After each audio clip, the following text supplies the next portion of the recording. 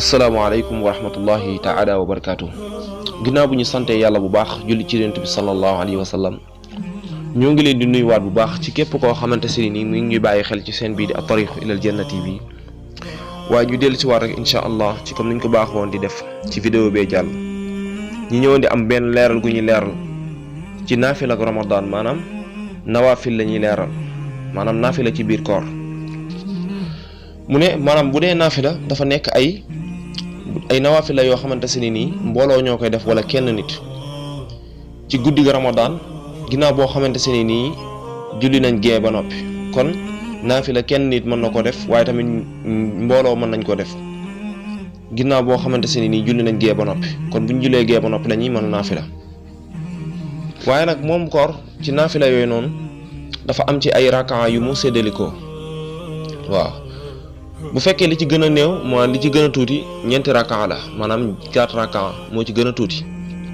waaye bu li gën mooy nga def fukki rakaa ak benn maanaam 11 rakaa wala fukki rakaa ak ñett maanaam bu fekkente se nii mënoo fukki rakaa ak ñett yi naka noonu tamit mënoo fukki rakaa yi ak benn bi nga def fukki rakaa ak nga def ñeenti rakaa yi waaye tamit jëlee nañ ci benn xadis Abdullah ibnu Abbas jëlee nañ ci moom yàlla na leen yàlla suñu borom gërëm ñoom ñaar mu ne yonent bi sallallahu alayhi wa sallam daan na nekk di julli fukki rakaa ak ñett kon dafa mel ne boobu moo gën waaye tamit ku ko mënul nga def fukki rakaa ak benn yi waaye boo mënul fukki rakaa ak benn yi nga def ñeent yi rek waaw ndax yonent bi sallallahu alayhi wa sallam bii la daan def mooy fukki rakaa ak ñett yi kon ku ko mën na def boobu incha allah xadis boobu muslim moo ko solo mu ne waaye maanaam naafila dafa am ngëneel lu màgg loo xamante si ni daf cee nekk maanaam dafa am ngëneel lu màgg ndax yonent bi sallallahu alayhi wa sallam nee na képp koo xamante si ni dafa taxawal guddi gi ramadan waaye tamit di naafila ngir gëm yàlla ak ko rafetal danañ ko jéggaleef lépp li nga xamante si ni jiitu woon na ko ci ay bàkkaaram kon naafila ci weeru koor dafa nekk ngëneel lu màgg loo xamante si ni ñëpp war nañ ko bàyyi xel incha allahu taala di ci sonnee